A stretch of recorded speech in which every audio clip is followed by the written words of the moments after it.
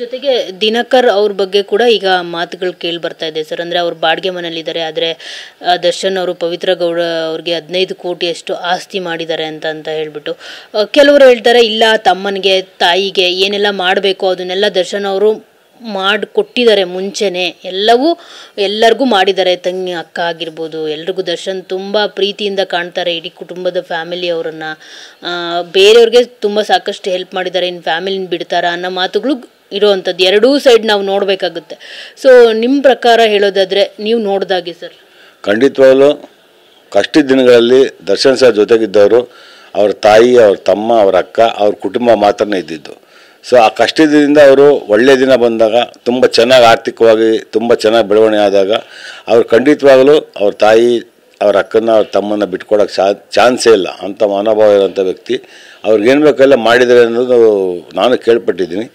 ಇವತ್ತು ದಿನಕರ್ ಸಾರು ಬಾಡಿಗೆ ಮೇಲೆ ಇದ್ದಾರೆ ಅನ್ನೋ ವಿಷಯ ನನಗೆ ಗೊತ್ತಿಲ್ಲ, ನಾನು ನೋಡಿಲ್ಲ. ಬಟ್ ಅಣ್ಣ ತಮ್ಮದಿರು ಫ್ಯಾಮಿಲಿ ಜಗಳ ಏನೇ ಇದ್ದರೂ ಇವತ್ತು ಕಿತ್ತಾಡ್ಬೋದು, ನಾಳೆ ಒಂದಾಗೇ ಆಗ್ತಾರೆ, ಇದು ಸಹಜ. ಮಧ್ಯದಲ್ಲಿ ಬಂದವರು ಮಧ್ಯದಲ್ಲೇ ಹೋಗ್ಬಿಡ್ತಾರೆ, ಮೊದಲಿಂದ ಇದ್ದವ್ರು ಕಡೆ ತನಕ ಇರ್ತಾರೆ ಅನ್ನೋದು ನನ್ನ ಭಾವನೆ.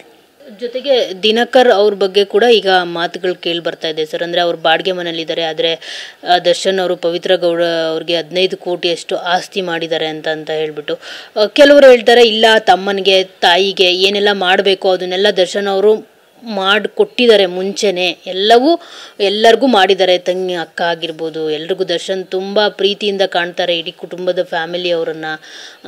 ಬೇರೆಯವ್ರಿಗೆ ತುಂಬ ಸಾಕಷ್ಟು ಹೆಲ್ಪ್ ಮಾಡಿದ್ದಾರೆ, ಇನ್ನು ಫ್ಯಾಮಿಲಿನ ಬಿಡ್ತಾರ ಅನ್ನೋ ಮಾತುಗಳು ಇರೋವಂಥದ್ದು. ಎರಡೂ ಸೈಡ್ ನಾವು ನೋಡಬೇಕಾಗುತ್ತೆ. ಸೊ ನಿಮ್ಮ ಪ್ರಕಾರ ಹೇಳೋದಾದರೆ ನೀವು ನೋಡ್ದಾಗೆ ಸರ್?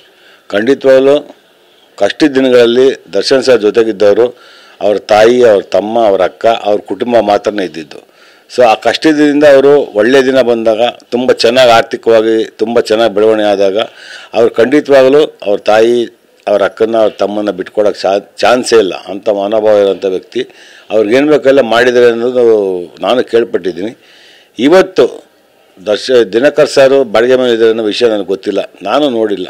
ಬಟ್ ಅಣ್ಣ ತಮ್ಮದಿರು ಫ್ಯಾಮಿಲಿ ಜಗಳ ಏನೇ ಇದ್ದರೂ ಇವತ್ತು ಕಿತ್ತಾಡ್ಬೋದು, ನಾಳೆ ಒಂದಾಗೇ ಆಗ್ತಾರೆ, ಇದು ಸಹಜ. ಮಧ್ಯದಲ್ಲಿ ಬಂದವರು ಮಧ್ಯದಲ್ಲೇ ಹೋಗ್ಬಿಡ್ತಾರೆ, ಮೊದಲಿಂದ ಇದ್ದವ್ರು ಕಡೆ ತನಕ ಇರ್ತಾರೆ ಅನ್ನೋದು ನನ್ನ ಭಾವನೆ.